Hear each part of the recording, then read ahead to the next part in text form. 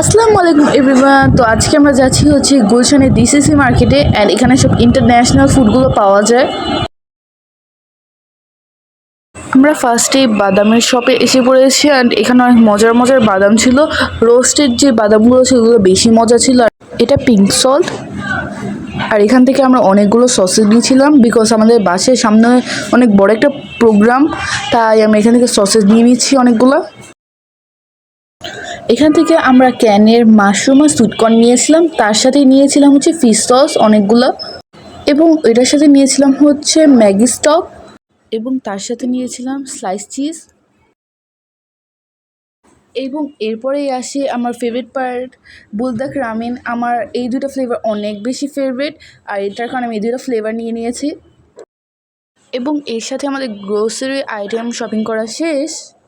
তো এরপরে চলে যাই আমার ফেভারিট আইটেমের দিকে, দ্যাট ইজ কাঁচা বাজার। আর এখানে গেলে আমার এতগুলো সি ফুড দেখলে আমার মানে মাথা খারাপ হয়ে যায়। আর এত সুন্দর সুন্দর ক্র্যাব, দেন চিংড়ি ছিল, লবস্টার ছিল, এটা হচ্ছে শামুক, অ্যান্ড চিকেন ছিল এখানে। এগুলো হচ্ছে অনেক ধরনের ফিশ এখানে। আর এটা হচ্ছে ক্র্যাব, এটা হচ্ছে লবস্টার। এটা আব্বু মজা করে এখানে দেখাচ্ছিল সবাইকে এত বড় লবস্টার। ভাই এটার সাথে এটা ছিল, এটা দেখার পর আমার সিরিয়াসলি বমি আসতেছিল। অ্যান্ড এটার সাথে অনেকগুলো মাছ, এখানে এতগুলো মাছ ছিল যেগুলো আমি নামও জানি না। আর এটা হচ্ছে আমার ফেভারিট অক্টোপাস। আমার সি ফুড আইটেম অনেক বেশি ভালো লাগে, বাট সবগুলো না। অ্যান্ড এখানে অনেক রকমের চিংড়ি মাছ।